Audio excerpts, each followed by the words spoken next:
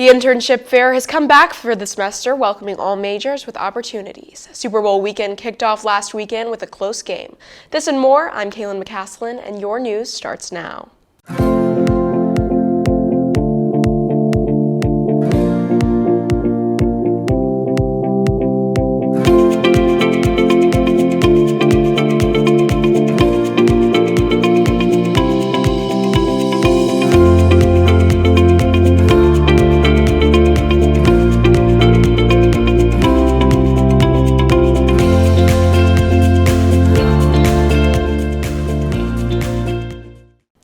UTC students took a trip to Nashville. They were a part of 50 undergraduate researchers presenting their findings to lawmakers.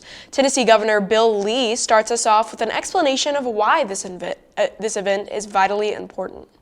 Welcome to the Capitol. I think what we have here are young people that have committed their lives to STEM education, but most importantly, they're the next generation of workers in this state that will fuel and lead the companies, the opportunities that will create opportunity for more Tennesseans. These are the future leaders of our state. Good read, so just keep looking around here. Good. And engaging with them and reminding them of why it's important to engage here at the Capitol, it's important for me. So basically it's a mirror hand rehabilitation system, and the way it works is you have two gloves, a motor glove and a sensor glove, and ideally the person who has suffered from the stroke would wear the sensor glove on the non-affected hand, and on the motor hand has these actuators and also pneumatics, and basically any input that you do on the sensor glove, it would be mimicked on the affected hand with the motor glove, thanks to the pneumatics. So the ultimate goal is to be able to bring the rehabilitation therapy to the home, because currently the biggest issue with rehabilitation is very expensive, it's very time consuming, and usually the people that are affected by it can't really go out there to go to these facilities. What we're kind of a little bit shocked by were the amount that we're seeking out help. We thought it'd be a lot lower. So there was 57% who had consulted a professional for help. So we thought that was good. So we hope that, the American Bar Association is really trying to target law schools right now to help with this problem, so it's not as toxic, and that they seek out help for their mental health treatment, but they need to consider why they're not seeking out. So many people that are up here are here because they decide to engage at the next level to serve their constituents, to serve their communities. We hope that happens through inspiration for these young people, but also that their work can inform those of us who are in the lawmaking and policymaking decisions. Commencement dates have officially been announced, and it looks like spring grad school students will be walking the stage May 3rd at 2:30 p.m. Then May 4th at 9 a.m. for undergrad College of Arts and Science majors, as well as the College of Engineering and Computer Science, followed by Rollins College of Business students and College of Health and Educational and Professional Studies. Over 50 employers across the Chattanooga area gathered in the University Center's Tennessee room to inform students on internship and job opportunities.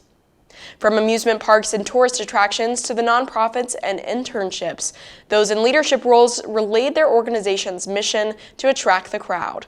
Many dressed in nice attire to make a good impression while asking questions. The executive director of Career and Leadership Office said over 450 students stopped by. So we're looking to find either an employer that's going to go forward with and maybe seek a career with, or someone that is just looking for an intern over the summer to put all those opportunities with all of the talent in the same room. So it's really my absolute favorite part of my job. I think a lot of times when students start their college journey, they have an idea about what they're good at or maybe where their interests lie, and so they oftentimes will select an academic major that's going to help them continue to build in those directions. But then also on top of that, there'll be employers that typically hire those majors, and so sometimes these general fairs are really good to expand the possibility.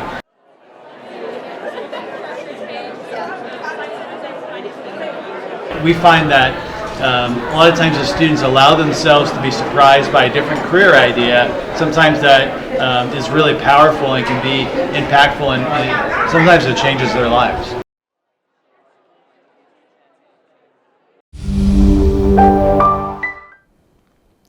Tuesday, President Joe Biden encouraged the House to approve of a $95.3 billion package, $60 billion for Ukraine, a hotly debated amount due to Republican opposition, followed by $14 billion for Israel's war on Hamas, $8 billion for Taiwan to encounter China, and $9.1 billion for the humanitarian assistance in Gaza.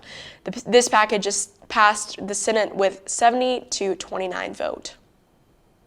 February 12th, after hostages were rescued in an Israeli raid, Rafah, Gaza's southernmost city where Palestinian civilians have sought refuge, came under intense bombardment by Israel. With over 1.4 million civilians within 23 square miles, Rafah is massively overcrowded. Despite this, Prime Minister Benjamin Netanyahu is planning a military attack that could cause even more casualties to the already 28,000 Palestinians' civilian deaths in search of Hamas. U.S. spokesperson said that the U.S. does not support the action. However, political reports the U.S. has no plans to reprimand it. As celebrations across Kansas City quickly turned to tragedy, the debate on gun restriction continues.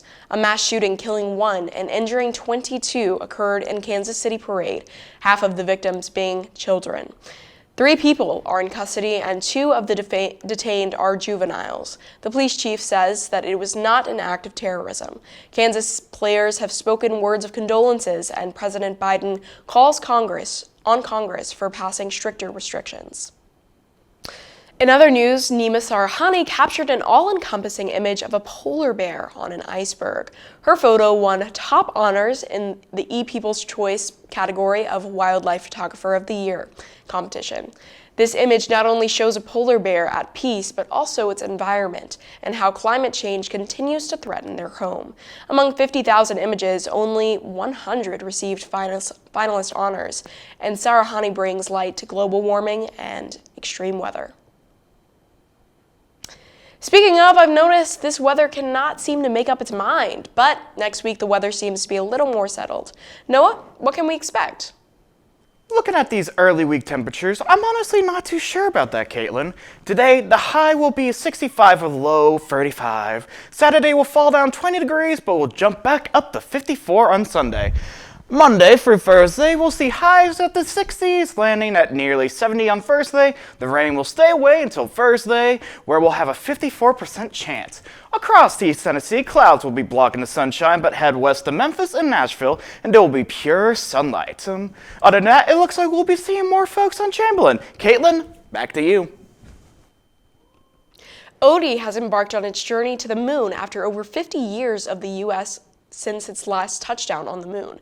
The SpaceX Falcon 9 lifted off at 9:01 a.m. yesterday and will see the moon February 22nd, aiming for a crater in the South Pole if all is successful. His flight takes after 2 failed missions by Russia and Japan. Good luck, Odie. In another touchdown, the Chiefs won the Super Bowl with only 3 points, a fair field goal lead. What happened with that? The Mocs also had their match with the Roundhouse rival ETSU. Sade, what else can you tell us?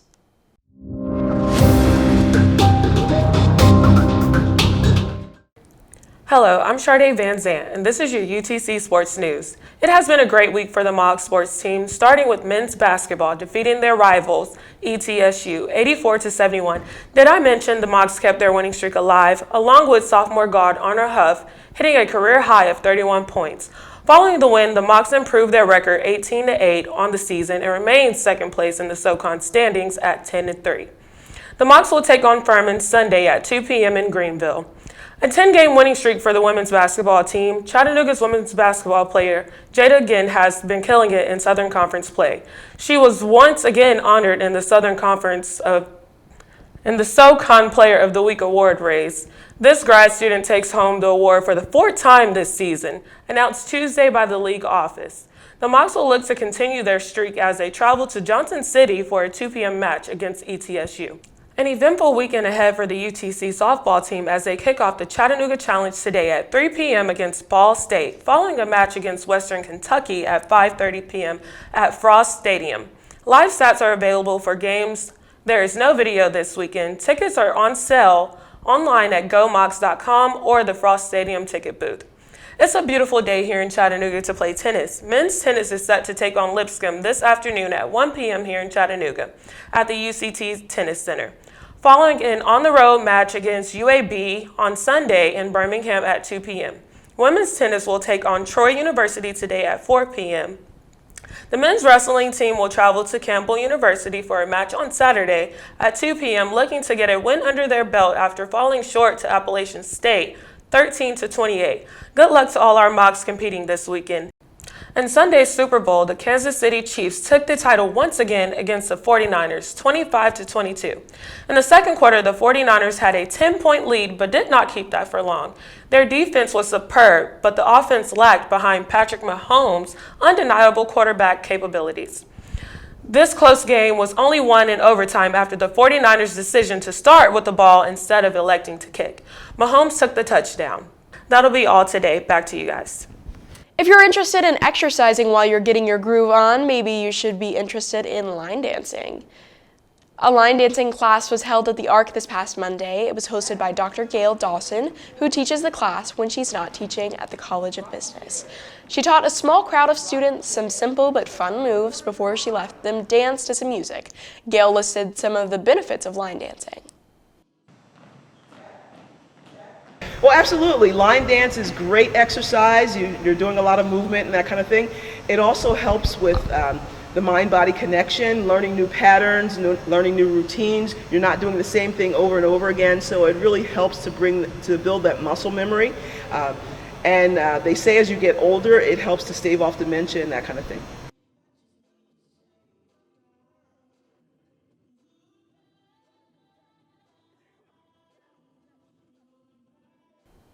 If you're interested in the class, Gail teaches it every Monday and Wednesday night at 5:30 to 6:30.